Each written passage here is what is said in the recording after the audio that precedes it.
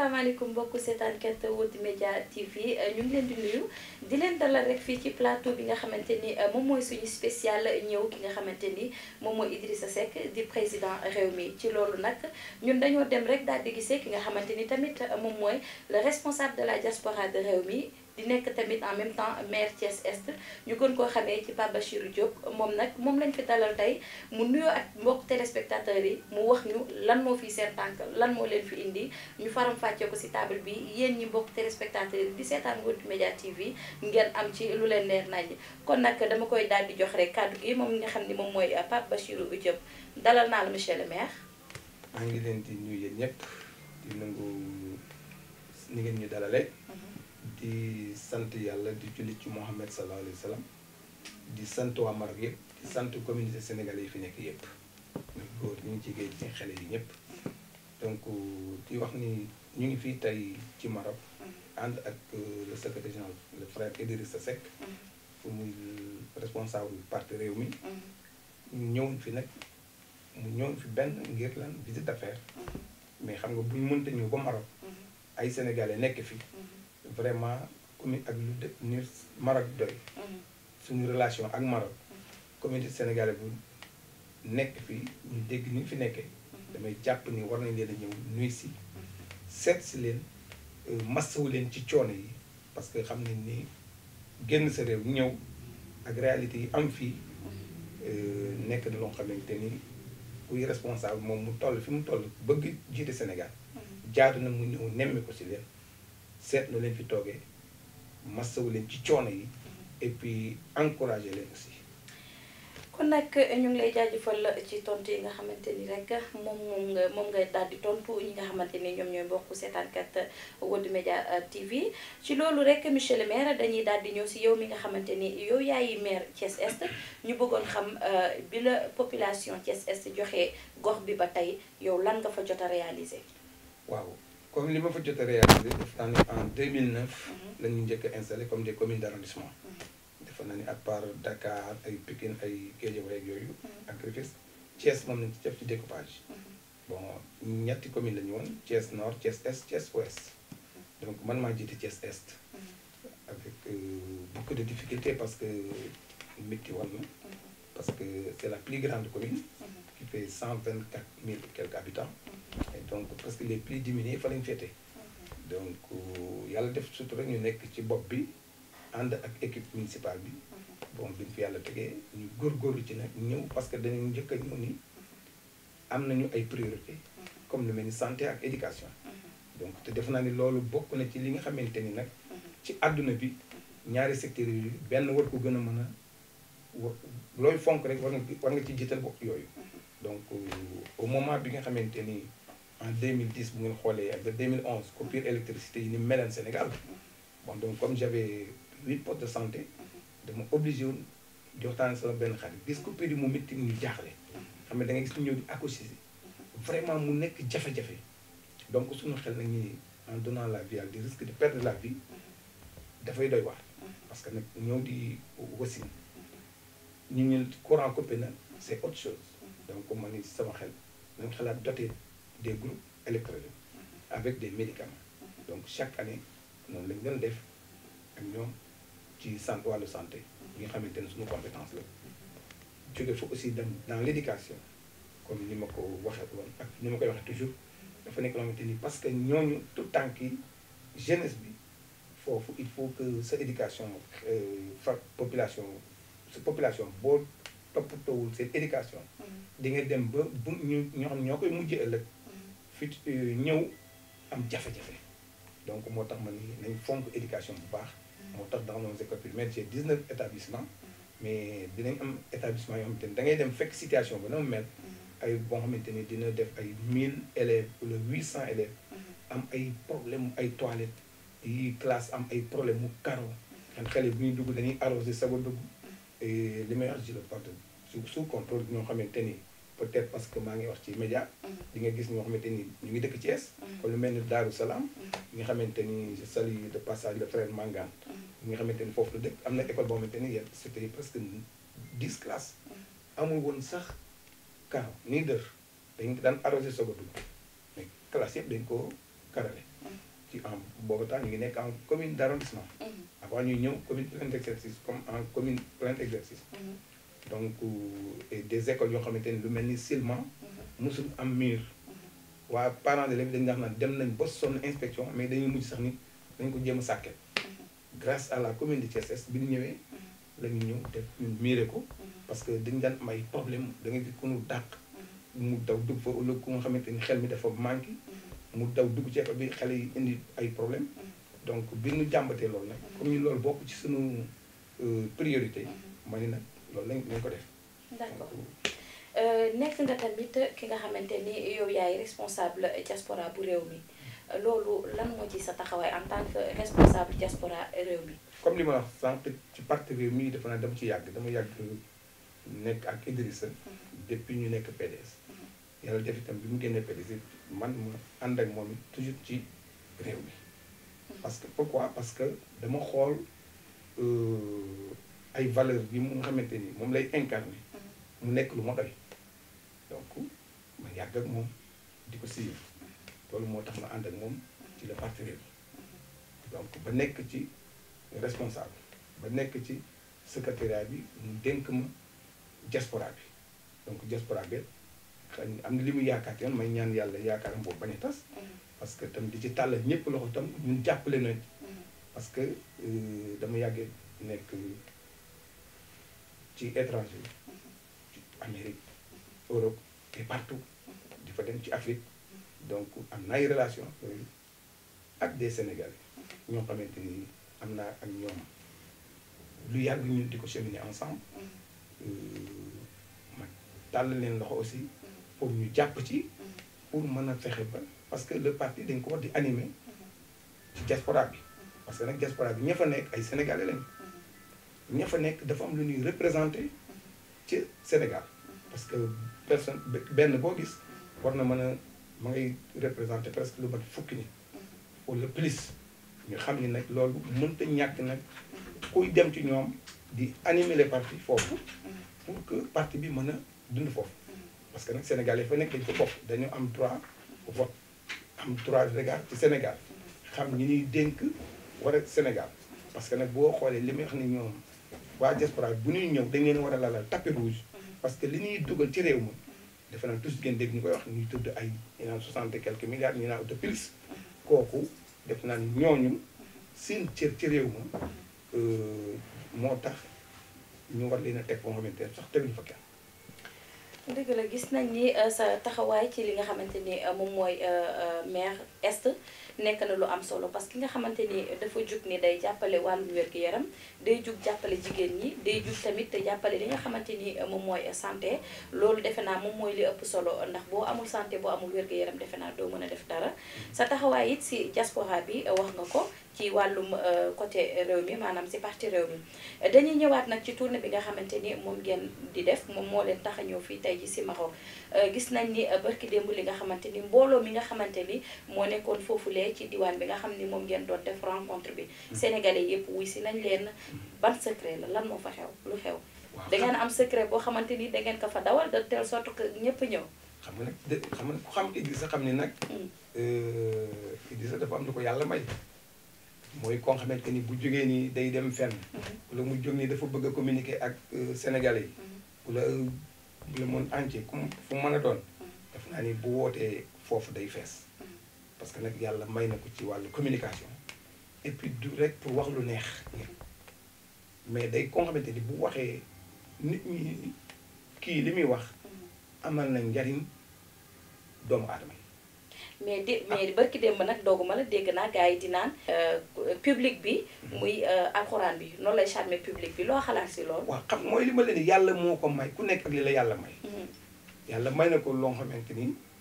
fasaaxa comme sànq ni mu koy waxtaan ak sama benn waay muy loo xamante ni ku nekk na nangul nit di ko yàlla may yàlla may na ko moom bu jógee di communiquer c'est quelqu'un moo xamante ni nit ñi dañ ko bàyyi xel ci wàllu communication bi ci bu dee ci diine ji bu dee ci lu mu mën a wax ci lu wàllu développement ci wàllu secteur bu mu mën a doon bu ciy wax nit ñi ñooy yàkkamti parce que buñ ko comparé ak ñeneen ñi nga xamante ni ay responsable lañu dañuy xam ni différence bu mag moo nekk foofu moo tax ñu bari di yàkkamti Idrissa vraiment li nga ni charme boobu c'est quelqu'un boo xamante ni facile ni mu amee verbe facile bi ak it bayre boo xamante ni macha allah te du nekk loo xamante ni du ay du caaxaanaa li may wax parce que mbir mu nekk rek c'est pas comme ku nekk man li ma yàlla may li la yàlla may li yàlla may i bokkul mooy quelque moom te ni Sénégal actuellement fi ñu toll dañoo soxla ko mel ni Idrissa parce que benn pour demee ci wàllu diine ji bu ci waxee nga xam ni kii li muy wax fortu ko te Sénégal dañu toll foo xamante ni soxla nañu ay leaders yoo xamante ni war nañu mën a wax ak secteur yëpp mooy koo xamante moom bu duggee ci diine ji bu waxee ñun nangu su demee ci beneen wàllu beneen diine itam suñu mbokk chrétien yi su waxee ak ñoom ñu xam su demee ci secteur bu mu mën a doon bu ci waxee rek Sénégal yi dañ doon yàkkamti ku mel noonu moo waral teere bi ngeen gis démb ñu bari dañ doon ñëw di déglu si naan mos ñoo gis Idrissa dañ daan dégg mu wax mais tamit bi ñu ko gisee démb impressionné na yu bari. da gis naa ni tamit am na ay baat yi nga xamante ni yëkkati na ko nee na tënk na ay baat yi nga xamante ni dafa rek jëm ci wàllu réew mi nee na réew mi fu mu toll nii dafa demee boor dafa jeng dañoo war a jox réew mi ki nga xamante ni moom buñ ko joxee moom du nekk population bi mooy martànkam mais moom mooy martànk population bi kàddu googu man maa ko dégg nan nga ko mën a tënkee yow. waaw parce que bon il faut moo war a dox ci soxla askan wi n'est-ce pas. du loolu nga laaj moo war a mën. non moom moo wax loolu moom moo ni. waaw. réew mi dafa toll fi nga xamante ni. population bi ci boppam. nit ku ñu jël teg ko ci kaw. moom moo war a jël di martànku population bi mais pas population bi di martànku kooku. maanaam pas ko population bi di topp ci ginnaaw président bi di daw. mais président bi moo war a nemmeeku population bi. mooy yoon parce que benn moom la population 14 millions sénégalais. buñ ko ci kuñ ci choisir ni la yow yaa war a jiite seen responsabilité seen sécurité yaa ngi dégg. lépp yow ci kaw suuf ginnaaw yàlla yaa ko yor. mais maa nekkul waxu politique rek. non parce que nag li may wax rek nit ku nekk rek booy waxal te yàlla tax parce que nag li may wax ci Idrissa xam naa ko. parce que yàgg nañu aussi parce que xam naa fi mu yéene fi li muy wax ci yéene Sénégal ak bëgg Sénégal. fi mu ci toll boole comme nag xam-xam bi mu wóor ma ni bu utiliser valeur yi li ko yàlla jox ak expérience am xam nga wax bu ko utiliser askan woo duñu rëccu lu nga ko doon joxe parce que benn nag bu nee yëfi nag xam-xam bi mate na ko fulla ji mate na ko diine ji mate na ko ngor gi mate na ko parce que bu leen fàtte Idrissa lu ne teg nañ ko ci deram lu ne wax nañ ko fi lépp mu ànd ak dalam terewul ba nege ni kat boo xoolee 2004 nege ni mi ngi dans l'opposition mais il est toujours constant donc moo tax ma xamal leen ñun ñi ànd ak moom nag ñoo mën a wax def naan ci Idrissa loo xamante ni dina tax population bi seen bopp seen xel war a mën a dal que ni kii di wax parce que dina am lu muy seet dina am aussi lu muy jom parce que mënoo ñëw parce que waxeet def naa ni loolu war na fi mën a jógee lii dal le président Macky Sall mu wax fi problème mu tegal nañ ko fi réseaux sociaux yaa ngi koy tegaat. mais waxeet jógewul si Macky Sall de. mais moom def na le pire. c'est pas Idrissa mais waxeet moom si yéen la jógee. mais ci fan la jógee. ci opposition PDS. ci kan PDS. ci kan. ci Ablaye Wade. mais wax buñ ne Ablaye Wade ni Idi. déedéet. ah non Ablaye Wade ñun bàyyi nañ ko. ba ñu amee moom jafe-jafe. waaw mais avant jafe-jafe bi même bu jafe-jafe bi bu mu amee sax buñu nee Idrissa Seck dañ naan c'est le pur produit de Ablaye Wade. d'accord buñu nee Macky Sall ñu ne c'est le pur produit de Ablaye Wade. donc ñoom ñaar ñëpp ay njaboot Ablaye Wade la bu ne ñëpp yow am ñu gën seen cër. Idrissa du nit boobu Idrissa waxee defu ko fi. Macky moom ma wax tudd cité ko léegi bala ma bàyyi ko Ablaye Wade moom li mu def ni fang barki dem Njaay la. 5 ans yi fu mu mus a dem dans le monde entier. àgg na ci buy wax sax mën na juré que ni 5 ans yi du ko passé mais vraiment ku nekk xam na ko wax na ko fii Maroc wax na ko France wax na ko États-Unis partout dans le monde fu mu wax ko ñëpp naw ko ci ni nag vraiment mosuñoo gis lii nag président africain bu def loolu si gëleen Sénégal si gëleen Afrique mais gis nga bi ñu demee ba ci biir li naan nguur neex na mais vraiment ñun dama naan ñun africain il faut que ñu am delloosiwaat valeur yi jom ji ak fulla ji waaw parce que bu ñu xoolee ci ni président France bi mu jëwaat moom premier mandat bi muy jeex mu war a dem élection la xam ni du mën a présenté waat mais ñun gën a ñu te il a fait vraiment kooku grandeur boobu mu am def naa ni Macky war na mën a resté woon ci 5 ans yi mu waxan vraiment yàlla mën na ko sax suturaal mais déjà nag waxeet foofu loolu moo gën a pire waxeet fu ne dugg na fa ci àdduna bi tegal nañ ko tegalaat ko. d'accord comme ni nga ko waxee Macky waxeetam moom moo gën a pire ñoo ko déggandoo yéen mbokku téléspectateurs yi di seetaan World Media TV ba léegi rek ñu ngi wëyal di ànd ak ki nga xamante ni moom mooy monsieur le maire de Thiès Est di Pape Bachirou Diop nekk aussi responsable bi nga xamante ni mooy diaspora ci réew mi ba léegi ñu ngi wëyal ak moom di waxtaan ak yow li nga xamante ni moom moo lëmbi réew mi. li nga xamante ni moom lay ñëpp di waxtaanee ki nga xamante ni moom mooy verdict bi nga xamante ni moom moo daanu fu mu toll nii ci kaw taabal bi di Khalifa Ababacar Sall maire de la ville de Dakar mi nga xam ni moom la ñu daan juróomi at et pourtant nee nañ ko ay milliards la sàcc nan nga ko jàngatee. mooy sunu secteur yi ci bari dañoo paralysé tey nag Sénégal war na dépassé fi ñu toll bu ñu waxee le cas de Khalifa ñëpp yàgg nañu ko wax. ak lu mën a xew dañ naan politique ko lan ak lu ma bu def na deful loolu digganteem ak yàlla la ak juste bi nga xam ne ñoo yor dossier yi. mais yow pour yow Khalifa est-ce que def na liñ koy ji. pour man xam nga ku nekk am nga si jàngat. xam nga lu tax mënatuma nangu ni sax def na. parce que bu fekkente ni le président de la République moom ci boppam. mooy ne am na dossier yu bari moo ci teg coñ-coñ. yaa ngi dégg. loolu moo may ñàq sama xel. que ni sax mën naa bañ a xam ni def na en plus ñu dolli ci ni wax nañ ko ñëwal pour ñu ànd su ko defee problème du am. jàmm ni ñooy moo tax da ngay dem ba xam ne nag yëf yi kon li ni politique bi moo si ëpp. moo tax doo mën a considérer ci sax ni def am na. loolu mooy li nga xamante ni li ñu métti ci Sénégal. loolu la kumba am ndey kumba amul ndey te loolu def naa loolu la président de la République def rajo boo déglu wax grand place boo dem loolu la ñuy waxtaanee. mënoo jël Khalifa nga téye ko tout ce temps mu nekk député nga téye ko ci kaso bi mu nekk tête de liste nga nangu mu nekk député mais vraiment nag dañ naan justice Sénégal ñi xam droit soo leen dee déglu toujours mais nit ñi kenn dofatul parce que boo diggoo télé yi ñi def droit di expliquer da ngay xam ne yëfu cuune dëgg moo am foofu parce que Khalifa au moins war nañ ko mën a génne immunité ak yooyu xam li ma wax mais ni ñu ko patamee ak ni ñu bofuyee ay droit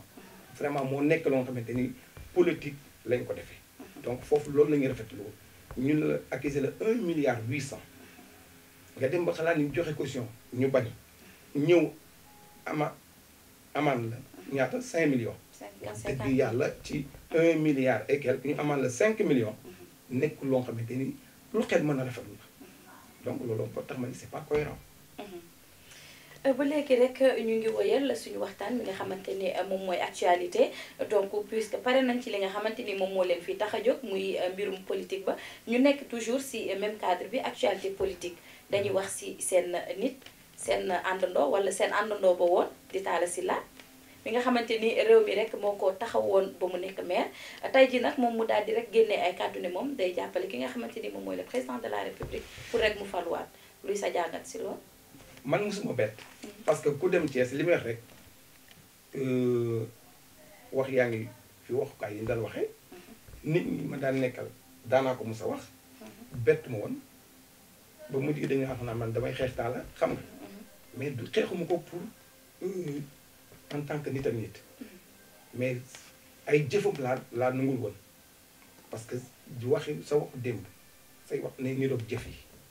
mais loolu lañu gis constaté ko ci moom parce que pour dem ba nga xamante ni bi nga ñëwee bëgg a ñëw Talla demoon nañ ba nit ñi fàtte woon nañ ko ci arène politique bi mu dem jóge nekk États-Unis ba ni mu ñëwee ci élection 2014 yooyu ci lañ ñëwee ñu xalaat ko jox mu xalaat ni dafa bëgg a bokk ci suñu coalition bi mu ñëw ci Idrissa yaa ma doy yaay sama mag nangam loo doon mos a li nga yow rek mën a sauver réew mi laneen ak laneen li mu daan wax mooy li wax rek ci ku moy nit war nay moytu li nga wax parce que dañ koy tegaat lii ma fi wax ni ci Maroc fii ba ilaa yu mi din dootu den donc moom fu mu daan waxee ba ci Macky bi muy xalamal actuellement di ko wax Macky yónni Macky du doy di ko woy ci tukkulóor defe naa moom nekkan suñu bi ñuy campagne caravane yi doon def loolu ñu daan teg moom moo ko jiite woon nekk ci biir kon bu demee tey ba ñu Idrissa jox ko mu nekk maire Thiès avant loolu war na xool aussi fi mu jaar moo tax ma la nit dafa am loo xamante nit da nga am looy war a jomb ak looy war a seet parce que grâce à moi man mi doxe yéen j'étais le mandataire man position bi mu nekk maa ko fa teg su ma ko tegul woon du nekk conseil ville bay nekk maire donc parce que maa ko defoon troisième position parce que man maa jiite woon liste bi ñu wax parité ma teg ci Garmi Fall ma ne nag Talla comme nekk na 2 fois candidat présidentiel nit ñi koy gis ak ñi war a ñi xamante ni duñ def dañuy def ay analyse au moins bu ñu ko gisee xam ne ñun kat wane nañu bëgg bokk ak moom mais bu ñu xoolee nag foofu nag bala may daal di nit ñi bàyyi nit ñi nag ñu apprécier xool fan la trahison jóge parce que ku dem ba jënd carte réew mi ku ñëw bureau mu la carte baa ngi nii booba def naa ni ak léegi réew mi ci le responsable réew mi lu leen neex ak lu leen naqari en tant que seen responsable bëggan pour boole ko ci yëf yi mu nekk doomu Thiès ñu ànd mën a xeex li nu bëgg moom décision loolu la woon mais moom moo dem ba ci biir nag gis ni affaire yi mu def ji maninam donc buy ministre buy ñëw la ba ci premier ministre ak yeneen commencé nag parce que liñ naan bu la sa chemise bii tey nga abal ma ko nga xëy gis ko sa ginnaawu noonu sa xel du dal parce que noonu lañ daan doxee ak moom dañ daan gis ni nga xamante ni le parti au pouvoir ni ñu daan jaxasoo ak ñoom ñu commencé def ay analyse xam ni kii am na lu mu nar mais li ñu naan nag lu yàgg dëgg la ah parce que nag loolu lañu dem ba gis ko gis ni moom li ñu koy jiñ parce que bu ñu lay jiñ bëti guddi ngay soccoo yee la xane dafay xaw a doy waar donc loolu la ñuy ragal ci moom ñu dem ba dégg Macky Sall dig na ko 500 millions ba jox ko 250 millions muy lu leer nañ donc loolu mënatoo nag vraiment nag la nga doon bañal Macky tey nga di ko nangu di ko xalamal Macky fi gën dem ba ni dàll Macky tey moo gën Idrissa vraiment nekk na loo xam te day xam nga wax ju ñaaw il faut que Sénégalais yi politiciens yi aussi éviter di wax ju ñaaw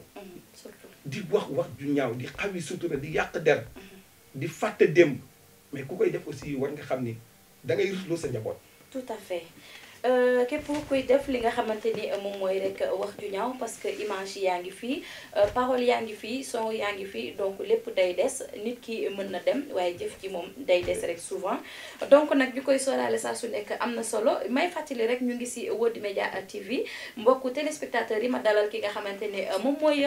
Pape Bachirou Diop di maire Thiès Est nekk aussi responsable diaspora bu réew mi ñiy waxtaanee rek li nga xamante ni moom mooy société li nga xamante ni dafa laal ñëpp dafa yëngal ñëpp vraiment fu mu toll nii parents yi yaay yi papa yi ñëpp a tiit ci loolu muy xale yi nga xamante ni dañ leen di enlever rek di leen yóbbu ci yeneen réew di jël seen organes yi loolu nan nga ko jàngatee.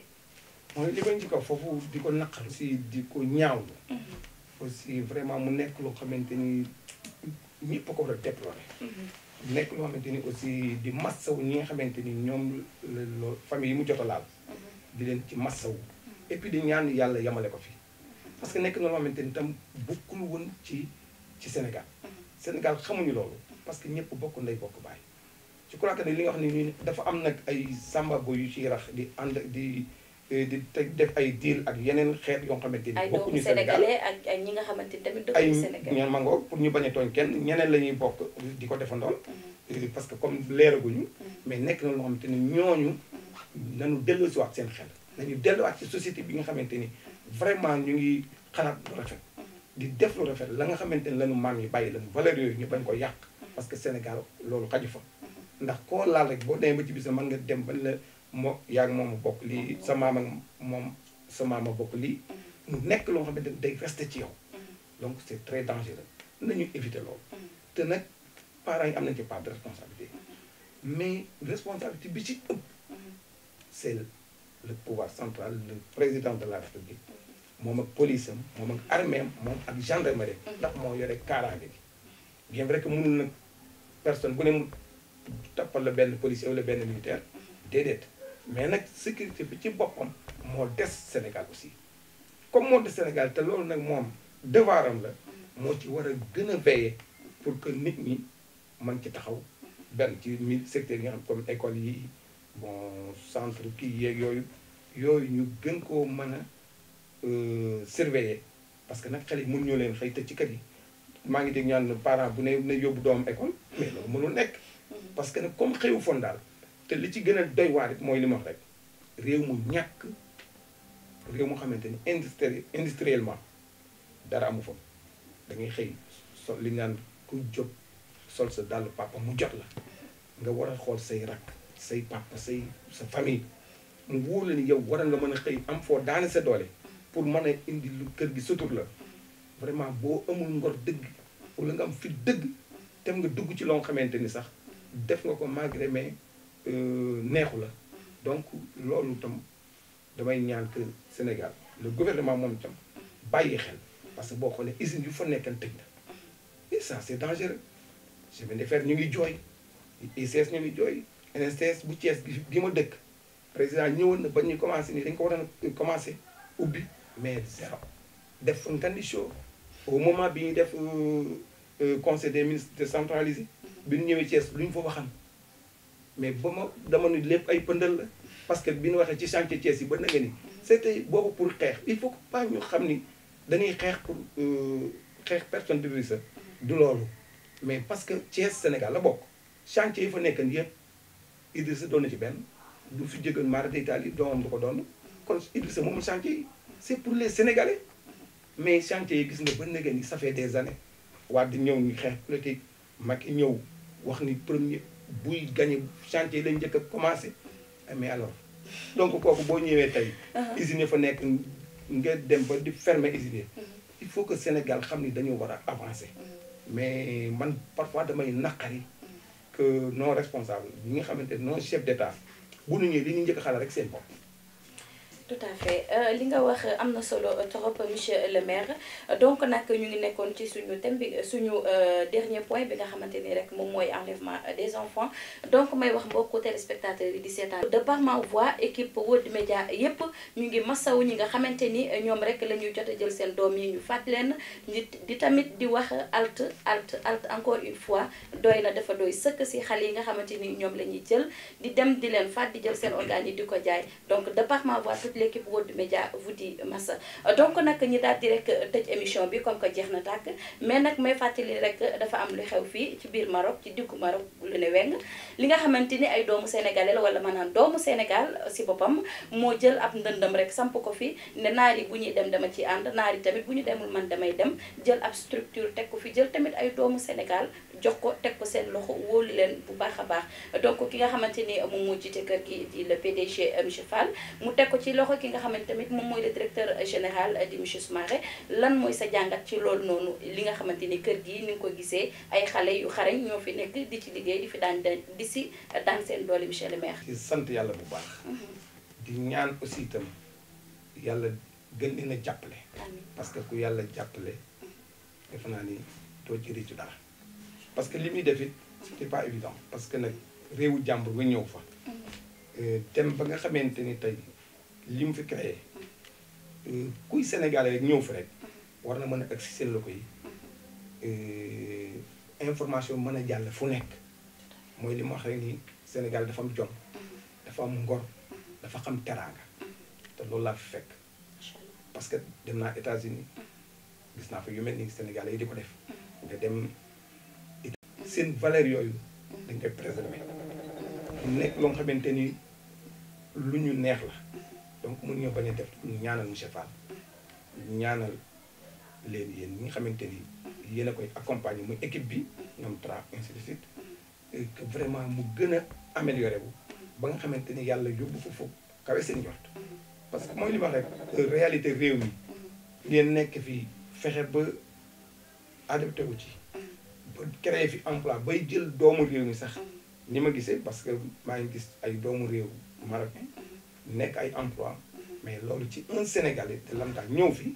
mais kooku suñu fierté la ñun donc loolu duñ def lu dul kontaan ci yàlla gën a yokk kër gi gën a barkeel donc loolu moom dina bokk ci loo xamante ni dama koy ñaan yàlla yàlla yàlla na mu ñaan yi boo leen jëlee réew mi ngeen sóoraale ñu bokk ba ñoo fàtte waaw parce que damay jàpp ni su boobaa li ma wax rek tukki neex na mais foo ñu xalaat ñibbi